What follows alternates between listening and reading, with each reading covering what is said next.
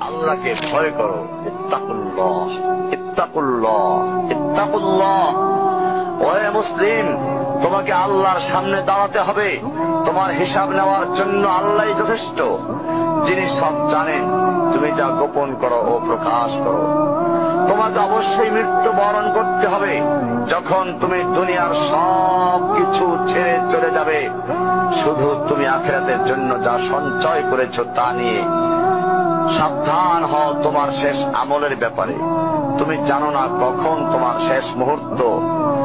তুমি কি প্রস্তুত মৃত্যুর জন্য? তুমি কি প্রস্তুত কবরের সওয়াল জবাবের জন্য? তুমি কি প্রস্তুত ভয়াবহ কিয়ামতের জন্য, হাসরের ময়দানের জন্য, হিসাব নিকাশের জন্য, আল্লাহকে জবাব দেওয়ার জন্য, মিজানের জন্য? তুমি কি প্রস্তুত চুলের চাইতে সূক্ষ্ম, তরবারির চাইতে ধারালো পুলসিরাতকে পাড়ি দেওয়ার জন্য?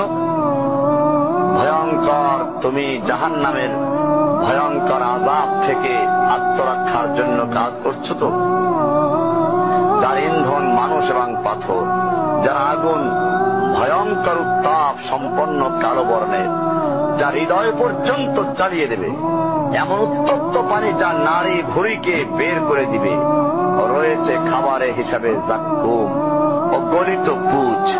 জাহান্নাম অসম্ভব গভীর ভয়াল জায়গা, কঠোর হৃদয় ফেরেশতারা নিযুক্ত, যেখানে শাস্তির মাত্রা বৃদ্ধির জন্য শরীরকে অনেক বড় করে দেওয়া হবে। চামড়াগুলো জ্বলে যাবে, বের হতে চাইবে, বের হতে পারবে না। মৃত্যুকে ডাকবে, মৃত্যু আসবে না। ভয়ঙ্কর শাস্তি যা অনন্তকাল ব্যাপী চলতে থাকবে।